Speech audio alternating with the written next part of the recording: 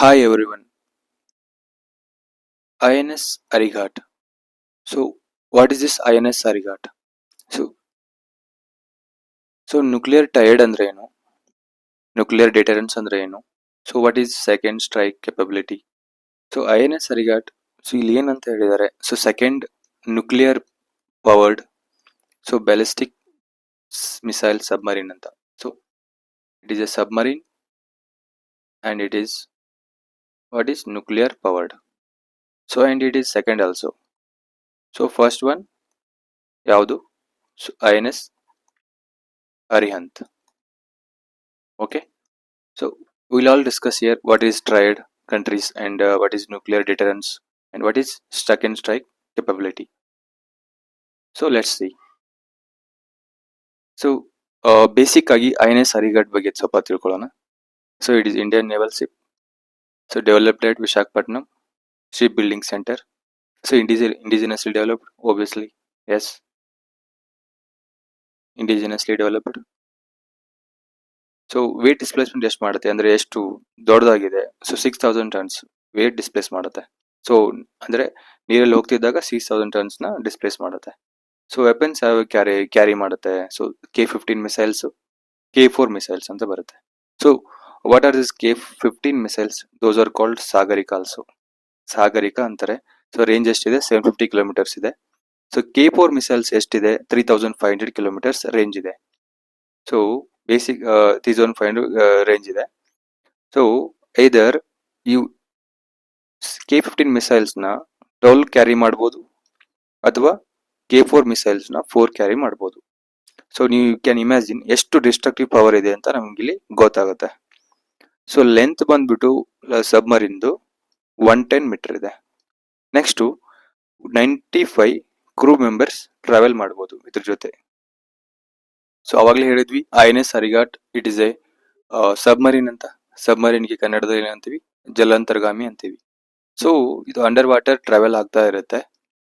So basically under water, so ಈ ತರ. So ಇಲ್ಲಿ ನಾವು ಇಲ್ಲಿ ಪಿಕ್ಚರ್ ಅಲ್ಲಿ ಕ್ಲೀನ್ ಆಗಿ ನೋಡ್ಬೋದು. So and submarine. So first ಇವಾಗ ಏನಂತಿದ್ರು? ಯು ಬೋಟ್ಸ್ ಅಂತ ಕರಿತಿದ್ರು. So during second world war so ಇದನ್ನ ಡೆವಲಪ್ ಮಾಡಿದವರು ಯಾರು? ಜರ್ಮನಿ. ಸೊ ಇದನ್ನ ಹಿಟ್ಲರ್ ಯೂಸ್ ಮಾಡ್ತಿದ್ದ. ಸೊ ಟು ಸ್ಟಾಕ್ ಅಂದ್ರೆ ಅಮೆರಿಕ ಅಲ್ಲಿ ಅಟ್ಲಾಂಟಿಕ್ ಓಷನ್ ಅಲ್ಲಿ ಸೊ ಏನಾದ್ರು ಮೂಮೆಂಟ್ ಇದ್ರೆ ಸೊ ಯಾವ್ದಾದ್ರು ಕಂಟ್ರಿ ಮೇಲೆ ಗಮನ ಇಡಕ್ಕೆ ಸೊ ಈ ತರ ಬೋಟ್ಸ್ ನ ಯೂಸ್ ಮಾಡ್ತಾ ಇದ್ರು. ಸೊ ನಾವು ಈಗ ತುಂಬಾ ಎವಲ್ಯೂಷನ್ ಆಗಿ ಇವು ಸಬ್ಮರೀನ್ಸ್ ಅಂತ ಮಾಡಿದ್ದಾರೆ. ಸೊ ನಾವು they can carry weapons also. So you can see ಇಲ್ಲಿ ಹಿಂಗ್ ತರ ಹೋಗ್ತಾ ಇರುತ್ತೆ. ಸೊ ಯಾವಾಗ ಪವರ್ ಬೇಕು, ಫುಡ್ ಬೇಕು, ಸಪ್ಲೈ ಬೇಕು ಅಂದ್ರೆ ಮೇಲೆ ಬರುತ್ತೆ. ಸೊ ಇಲ್ಲಿ ಪೋರ್ಟ್ಸ್ ಅಲ್ಲಿ ಡಾಕ್ ಆಗುತ್ತೆ, ಎಲ್ಲ ಸಪ್ಲೈ ಆದ್ಮೇಲೆ ಮತ್ತೆ ರಿಟರ್ನ್ ಟು ಸೇಲಿಂಗ್. ಸೊ ಏನಾಗುತ್ತೆ ಇಲ್ಲಿ ಸಬ್ಮರೀನ್ಸ್ ಅಲ್ಲಿ ನ್ಯೂಕ್ಲಿಯರ್ ಪವರ್ಡ್ ಇರ್ತವೆ ಮತ್ತೆ ಡೀಸೆಲ್ ಎಲೆಕ್ಟ್ರಿಕ್ ಇರ್ತವೆ. So if it is diesel electric ಬೇಗ ಕಡಿಮೆ ಪವರ್ ತಗೊಳ್ಳಿಕ್ಕೆ ಮತ್ತೆ ಮೇಲೆ ಸರ್ಫೇಸ್ಗೆ ಈ ತರ ಬರಬೇಕಾಗತ್ತೆ. So if it is nuclear powered ಬೇಗ ಬರೋ ಅವಶ್ಯಕತೆ ಇರಲ್ಲ. ಸೊ ಕಂಟಿನ್ಯೂ ಅಲ್ಲೇ ಸೇಲ್ ಮಾಡ್ತಾ ಇರ್ಬೋದು. ಮತ್ತೆ ನ್ಯೂಕ್ಲಿಯರ್ ಪವರ್ಡ್ ಇದ್ರೆ ಲೆಸ್ ನಾಯ್ಸಿ ಇರುತ್ತೆ. ಸೊ ನಾಯ್ಸ್ ಕಡಿಮೆ ಇರುತ್ತೆ. So getting caught will be less. So diesel electric comparatively nuclear powered ಇದ್ರೆ ಬೆಟರು, ಸ್ಟೆಲ್ದಿ ಇರುತ್ತೆ, ಸರ್ವಿಲಿಯನ್ಸ್ ಇನ್ಕ್ರೀಸ್ ಮಾಡುತ್ತೆ.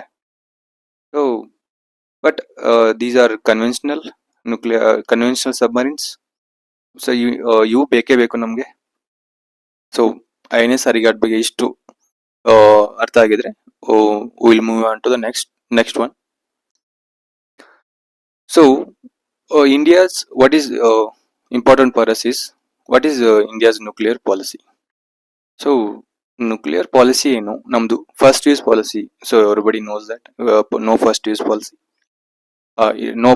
Policy. So next credible minimum deterrence. So what is this is deterrence. So deterrence ಅಂದ್ರೆ ಏನು? So understand, ಇಲ್ಲಿ concept MAD ಅಂತ ಬರುತ್ತೆ.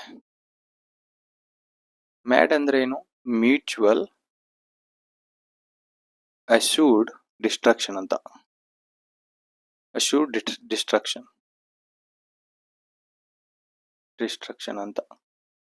This is what deterrence ಅಂತದ್ದು ಅಂದ್ರೆ ಈಗ ಪಾಕಿಸ್ತಾನ ಇದೆ, ಚೈನಾ ಇದೆ. ಸೊ ನಮ್ಮ ಮೇಲೆ ಅಟ್ಯಾಕ್ ಮಾಡ್ಬೋದು ಅವರು, ಬಟ್ ಈ ಒಂದು ಪಾಲಿಸಿ ಮೇಲೆ ನಮಗೆ ಡಿಟರೆನ್ಸ್ ಸಿಗುತ್ತೆ. ಅಂದ್ರೆ mutually assured destruction. If they attack us, will attack back with more power, with more destruction. That is deterrence, nuclear deterrence. So ಇದು ಅರ್ಥ ಆಗಿದ್ರೆ ನಾವಲ್ಲಿ ಮಾತಾಡಿದ್ವಿ ಒಂದು concept, second strike capability. So what is this second strike capability? Second, strike capability. Consider this is mainland India and Pakistan is here, China is here. So they attack from land. So land alli attack agide. So second strike capability means assured. This is so INS Arihant is here, Arabian Sea and Bay of Bengal, INS Arihat is here. We can easily directly attack Beijing, that is capital of China, and we can target any places here in Pakistan. This is assured because this is underwater, right? Underwater moving ships. This is assured second strike capability. So next, if we go for nuclear triad countries, what are nuclear triad countries? So country that is having capability to launch nuclear weapons from land, air and water. So India is also nuclear triad country. So basically ನಮ್ಮ ಹತ್ರ Rafale ಇದೆ. So air ಇಂದ launch ಮಾಡ್ಬೋದು. Land variants ತುಂಬಾ ಇದಾವೆ. ಅಗ್ನಿ ಇದೆ, ಶೌರ್ಯ ಮಿಸೈಲ್ ಇದೆ. ಇದರಿಂದ ನಾವು ನ್ಯೂಕ್ಲಿಯರ್ ವೆಪನ್ಸ್ ಲಾಂಚ್ ಮಾಡ್ಬೋದು. ನೆಕ್ಸ್ಟ್ ವಾಟರ್ ಇಂದ ನಾವೀಗ ಅರಿಹಂತ್ ಫಸ್ಟ್ ಕಮಿಷನ್ ಆಗಿತ್ತು. ಸೊ ಇವಾಗ ರೀಸೆಂಟ್ ಆಗಿ ಕಮಿಷನ್ ಆಗಿರೋ INS ಅರಿಘಾಟ್. ಸೊ ಈ ಟು ಸಬ್ಮರೀನ್ಸ್ ಇಂದ ಕೂಡ ನಾವು ಲಾಂಚ್ ಮಾಡ್ಬೋದು. ಸೊ ಈಗ ನಾವು ಸಬ್ಮರೀನ್ಸ್ ಇಂದ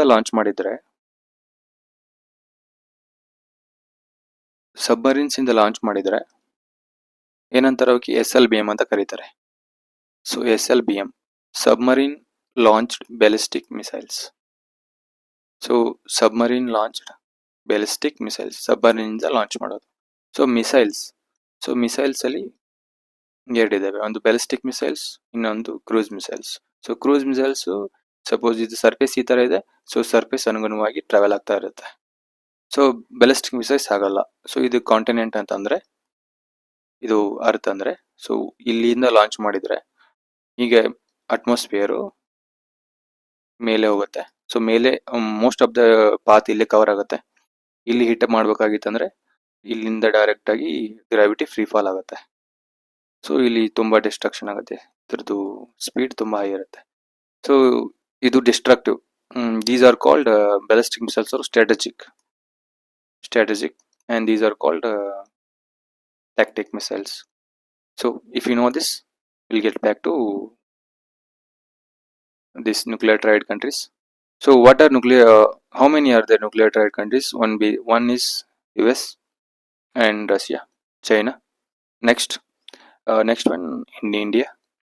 ಇವು 4 ಕಂಟ್ರೀಸ್ ನ್ಯೂಕ್ಲಿಯರ್ ಟ್ರಯಡ್ ಕಂಟ್ರೀಸ್ ಅಂತ ಕರೀತಾರೆ. ಸೊ ಇದಕ್ಕಿಂತ ಮೊದಲು 5 ಕಂಟ್ರೀಸ್, ಫ್ರಾನ್ಸ್ ಕೂಡ ಇತ್ತು, ಬಟ್ ಫ್ರಾನ್ಸ್ ಈಗ ತನ್ನ ಲ್ಯಾಂಡ್ ವೇರಿಯಂಟ್ ನ ತೆಗೆದಾಕಿದೆ. ಸೊ ಇದು ನ್ಯೂಕ್ಲಿಯರ್ ಟ್ರಯಡ್ ಕಂಟ್ರಿ ಅಲ್ಲ ಇವಾಗ. ಸೊ ಇನ್ನೊಂದು 2 ಇಲ್ಲಿ ಹೇಳಲೇಬೇಕು. ಪಾಕಿಸ್ತಾನ ಕೂಡ ನ್ಯೂಕ್ಲಿಯರ್ ಟ್ರಯಡ್ ಕಂಟ್ರಿ ಈಗ ಆಗ್ಬೋದು. Next Israel. So Israel confirm ಇಲ್ಲ, ಅವರು ಇನ್ನು ಇಸ್ರೇಲ್ ಇಂದ ಕನ್ಫರ್ಮ್ ಬಂದಿಲ್ಲ, but it is also nuclear triad country. But ಅವು ಪೇಪರ್ ಮೇಲೆ US, Russia, China, India. These are called nuclear triad countries. So this is all about INS Arihat and INS Arihant. So if at all asked in the exam, 1 or 2 questions will come. If you know this, you can clearly answer those questions. So thank you.